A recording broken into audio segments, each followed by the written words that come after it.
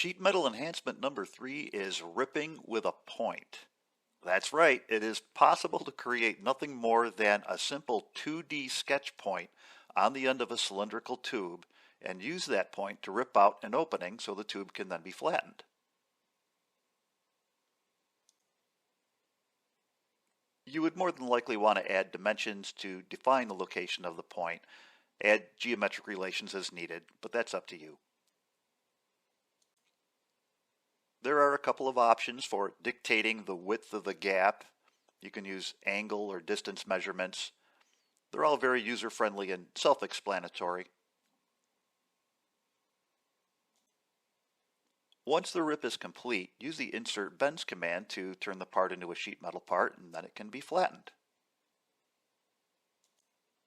Now, it probably could be noted that if you wanted a sheet metal part to begin with, it would be immensely more efficient to extrude an arc with a large included radius of, say, 359 degrees, and extrude it using the base flange command.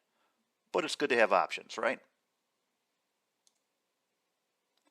Where the rip with point ability gets interesting is when you've got a tube with a non-planar face.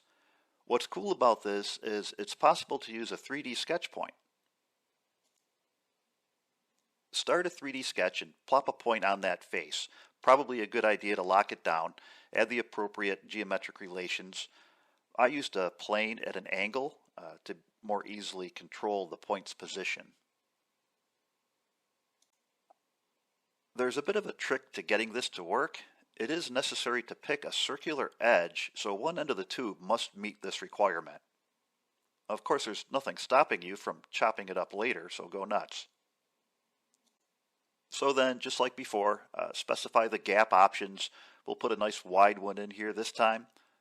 Use insert bends to convert to sheet metal, then it'll flatten out.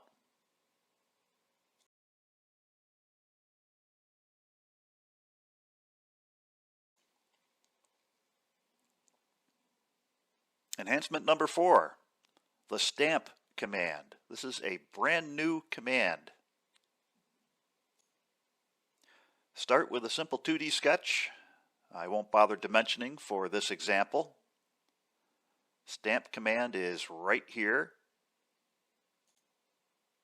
Figure out what direction you want the stamp to be in. Obviously, there's a setting for that.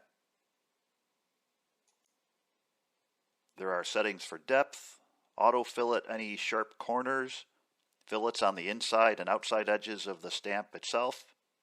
Makes it all very easy.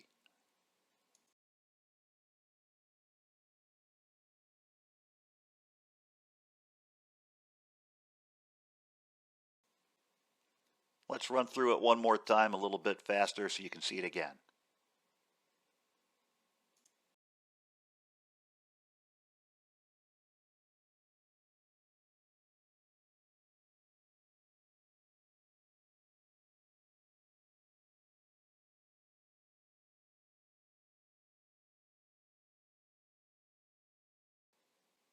This has been Dave